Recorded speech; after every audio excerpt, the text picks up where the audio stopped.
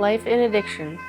Often we drive by those homeless people and don't know if they'll ever get out of it. Today's guest is Alisha, the founder and owner of Boss Beauty Laser and Wellness Clinic. Her story started in addiction and is now the owner of a successful business. I'm excited to hear more with Barter.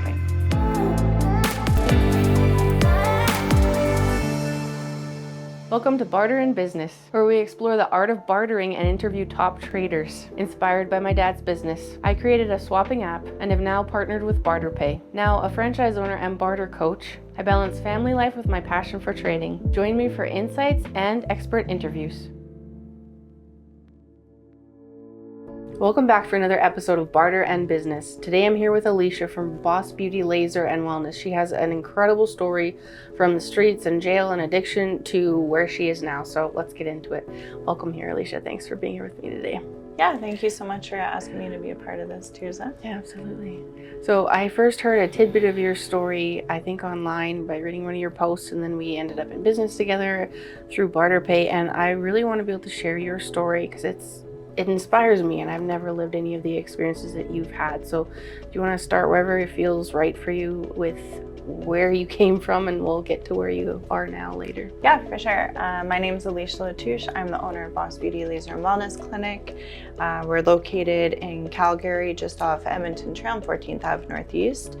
A little bit of my story. So I guess if we go back to when I was in junior high, grade A student on all the sports teams, very academically inclined, and just about when I hit high school, I started to kind of hang out with a different crowd of people. I stopped going to school as much, and there's one thing that had happened that kind of threw my course of my life kind of off track a little bit. One day I was driving on Deerfoot to work, and I got sideswiped by a 1-ton semi truck. When this happened, I didn't think that it was going to affect me so much, but actually from that accident I had brain damage, my neck was injured.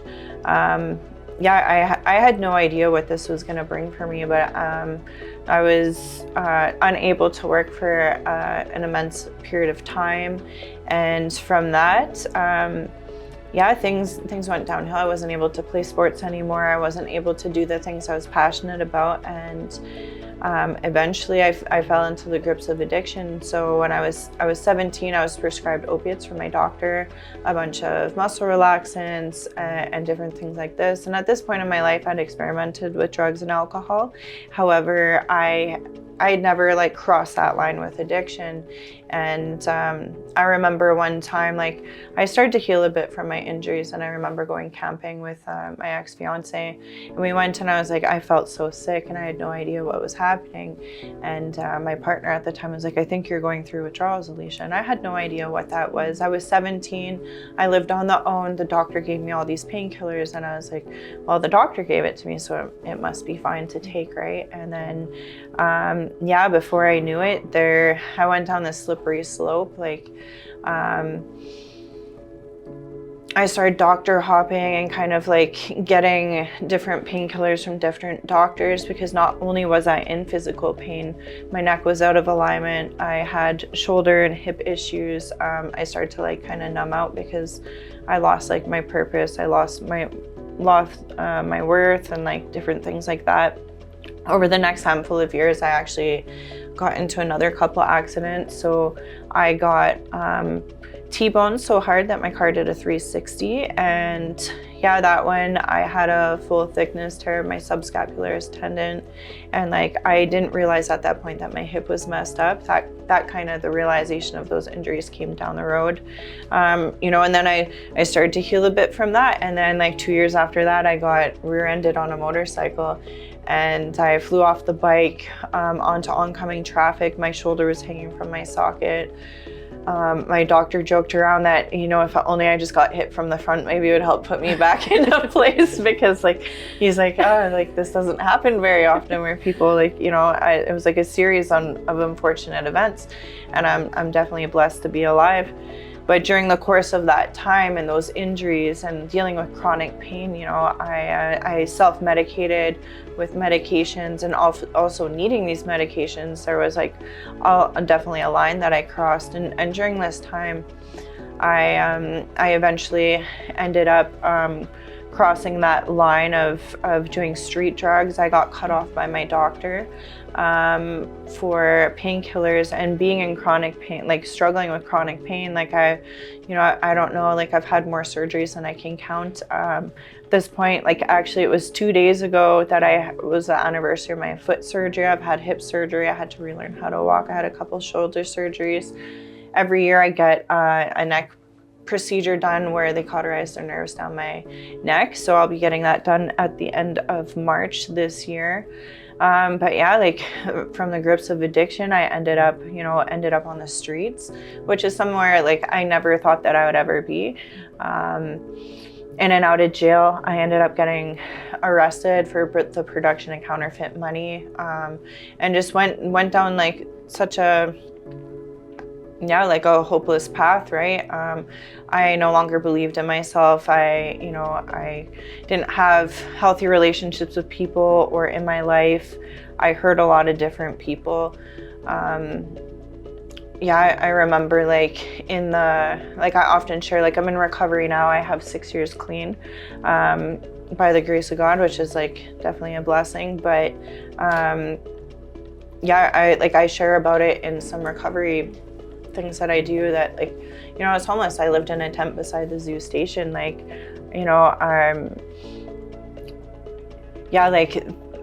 things are pretty wild, and I'm so grateful that I was able to find a solution, because a lot of, like, for myself, my drug of choice was fentanyl, and there are not very many people who recover from that. And like, until I came into recovery, I thought that I was like unique and that other people hadn't acquired a heavy addiction from like the hand of a doctor, which is something that I realized after coming into recovery is actually more common than not. And I know my family was so surprised, because I was a grade A student and did so well. Nobody ever thought that little grade A student Alisha would become addicted to fentanyl, in and out of jail, on and off the streets. Like, you know how many sleepless nights I caused my parents, my dad, my mom, and just getting in trouble for really the dumbest things. Because when you're in addiction, you have blinders on, and then you just, you become really selfish, self-centered, and like that person that you are kind of goes out the window, and the addiction takes over. Wow, we've talked a bit about your story, but it still blows me away. And I think people are so quick to judge homeless people, and to know that, you were set up for a great life, and then an unfortunate accident just totally took a spin on that because of the medication that you were prescribed. Like, that is mind-blowing. And it wasn't until recently that I'd even heard of such a thing, where doctors are prescribing these and it causes people to go down these addictive paths. So yeah, what do you feel like was a turning point? Or like, was there a specific one, or was it like a lead up to a turning point when you chose that, this is enough, I need to do something? Yeah, so there was actually a point just over 6 years ago where I was going from place to place. I was with my partner at the time, and at this point we had been living on the streets, and we'd paid one of our friends to stay at his place, and I just had this overwhelming feeling that if I were to use again, I was going to die. At this point, I had overdosed over 6 times. I've had a cardiac arrest at the same time as overdosing. Like, I've been to detox and treatment centers, but at this point I had this like overwhelming feeling that if I used, I was going to die. And I reached out, I asked for help. I called the dope team, which I asked them to come pick me up and take me to a detox center. And at that point I was finally so beaten and broken and I went through enough pain that I was willing to do something different. And I was like, this isn't the life for me. These are just symptoms that are created from addiction. And I think one thing that's really important is to separate addiction from the person. It's not the person that's bad, it's the addiction. And addiction can happen to anyone. It doesn't matter. Like, you could be a successful doctor, you could be a nurse, you could be a mom, you could be a dad. Like, it can happen to anybody, and addiction doesn't discriminate. Yeah. And so from that point, you made that phone call because you had this knowing, which thank goodness for that, that was the last time. Well, I want to say thank you for being so vulnerable to be able to talk about that, because it's easy to say in a few minutes, but you lived that life. And I'm sure there's still moments where it's so real and raw, even though your life is completely different now, which I want to hear more about that part as well. So if you want to let people know how they can get in touch with you, if they would like to hear more or work with you. If anyone wants to get a hold of me, they can reach me through my business Facebook and Instagram, Boss Beauty Laser and Wellness Clinic, and our website, www.bossbeautylaserandwellness.com. Awesome. Thanks so much for being here, Alisha. So join us next time as we have our second episode with Alisha, where we'll be talking about how she went from the streets to where she is now in her successful business. Stay tuned. Thanks for tuning in to Barter and Business. I hope my journey and tips inspire your own trading adventures. Stay passionate and keep swapping. See you next time.